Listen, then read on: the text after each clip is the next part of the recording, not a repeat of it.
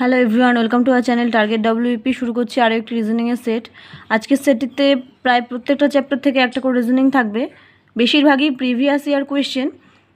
আজকের সেটের first reasoning কি, নাম্বার সিরিজ থেকে 625:14 225 কত।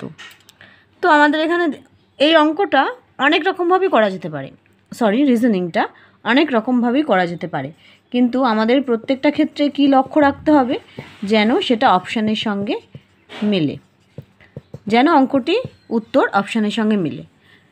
এখানে অনেক লজিকই খাটানো যেতে পারে, কিন্তু হয়তো উত্তরের ক্ষেত্রে সেটা থাকবে না। তো আমরা যদি প্রথমে এই 625 আর সঙ্গে এই 14 কি রিলেশন, সেটা আমরা বার করতে পারি। তাহলে 625 হলো 25-এর স্কোয়ার, 25-এর স্কোয়ার হলো 625, কিন্তু তার সাথে তো 14-এর কোনো রিলেশন হতে পারে না।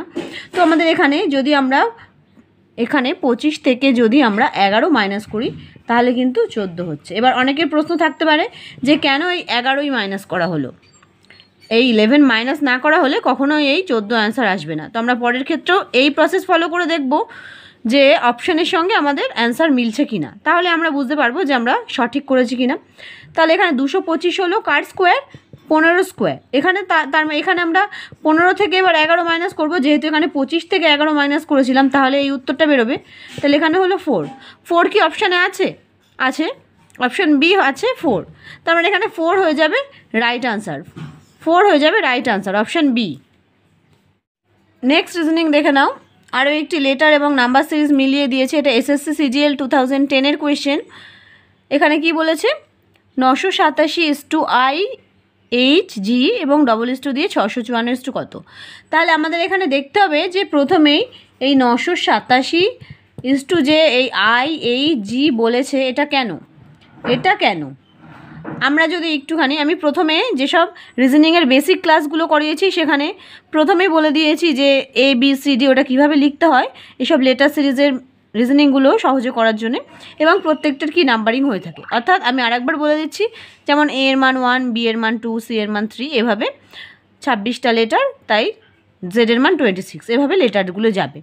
তো আমরা যদি এখানে দেখি এই 9-এর সঙ্গে I এর কী রিলেশান, I কিন্তু ইংরাজি হরফের, ইংরাজি লেটারের 9 নম্বর ওয়ার্ড। I হলো 9 নম্বর ওয়ার্ড নয়, I হলো 9 নম্বর লেটার। ঠিক সেই রকমই এখানে 8 নম্বর লেটার হলো H হলো 8 নম্বর লেটার, G হলো 7 নম্বর লেটার। এখানে এগুলো একটু সহজে মনে রাখার উপায়, যেমন এই G7 কান্ট্রি হয়, তাই G এর মান 7। আবার T20 ক্রিকেট আমরা দেখি, সেক্ষেত্রে টি এর মান আমরা 20 ধরে নিতেই পারি। ঠিক এভাবে আমরা এই কোডগুলো খুব সহজে কিছু কোড আমরা মনে রাখতে পারি। তো এখানে কি জাস্ট এই লেটারগুলোর মান এখানে বসিয়ে দিয়েছে। তাহলে আমাদের কি চেয়েছে, 654 কত এটা চেয়েছে আমাদের। তাহলে আমাদের এখানে 6 আসলে কার মান, ই যদি 5 হয়, 6 হলো F, এখানে 5 আছে, 5 হলো ই, আর 4 আছে, 4 হলো ডি, ABCD, ডি এর মান 4। তার মানে অ্যান্সার হয়ে যাবে FED, অ্যান্সার হয়ে যাবে FED, option B is the right answer. চলে যাব নেক্সট রিজনিংয়ে।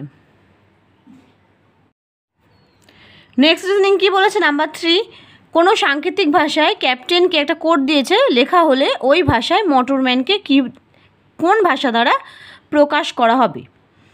তো আমাদের এখানে দেখতে হবে যে ক্যাপ্টেন ইকুয়ালস টু কেন ওই DJQSBHO এটা কেন লেখা হয়েছে। তো আমি এখানে ক্যাপ্টেন কথাটা লিখে নিচ্ছি। এবার কি বলেছে, যে কোডটা দিয়েছে সেটা এর নিচে লিখে নেব, তবে আমরা সহজেই অ্যান্সারটা ধরতে পারবো। HO। এবার যদি এখানে সহজেই বোঝা যাচ্ছে যে সি এর পরের লেটারই হলো ডি, অর্থাৎ +1, কিন্তু এর কিন্তু পরের লেটার বসেনি। এখানে যদি বি থাকতো তাহলে কিন্তু আবার +1-এর সঙ্গে মিলতো। যদি এর পরের লেটার বি, কিন্তু এখানে কিন্তু বি নেই, আছে জেড, অর্থাৎ -1 হয়েছে, উল্টো দিকে গেছে। পি এর পরে আসে কিউ, তাহলে এখানে +1 হয়েছে।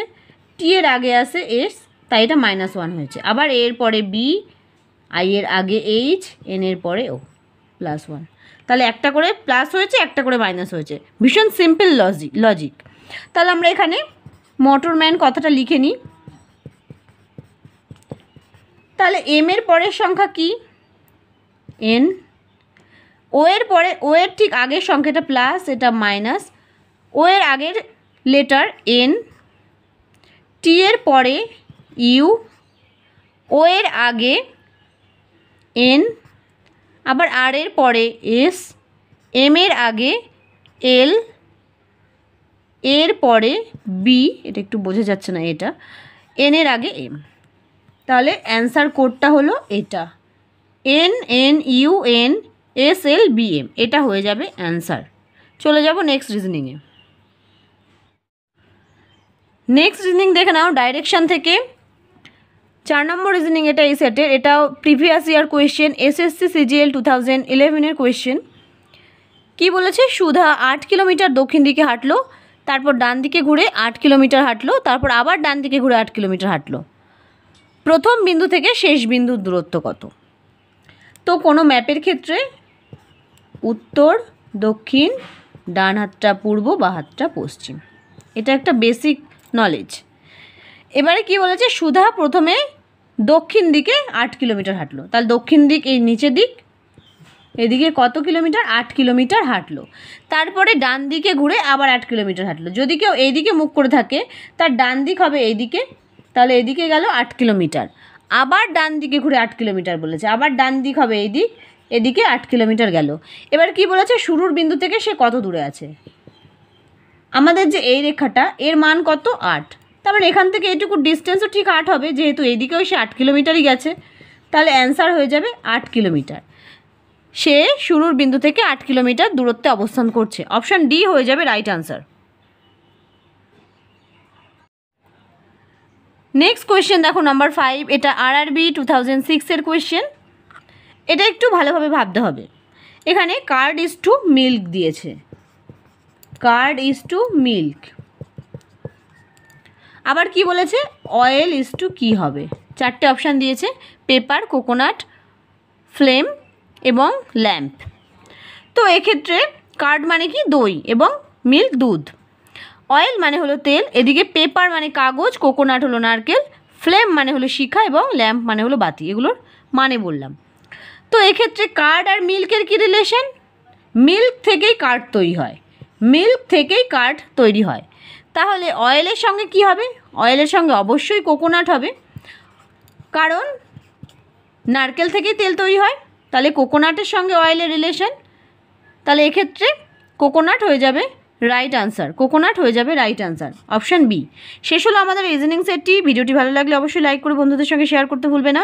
আমরা প্রতিদিন দুপুর 3টায় ম্যাথ, রিজনিং এবং জিকের ক্লাস অল্টারনেট করে দিয়ে থাকি, আগ্রহীরা অবশ্যই চেক করতে পারো।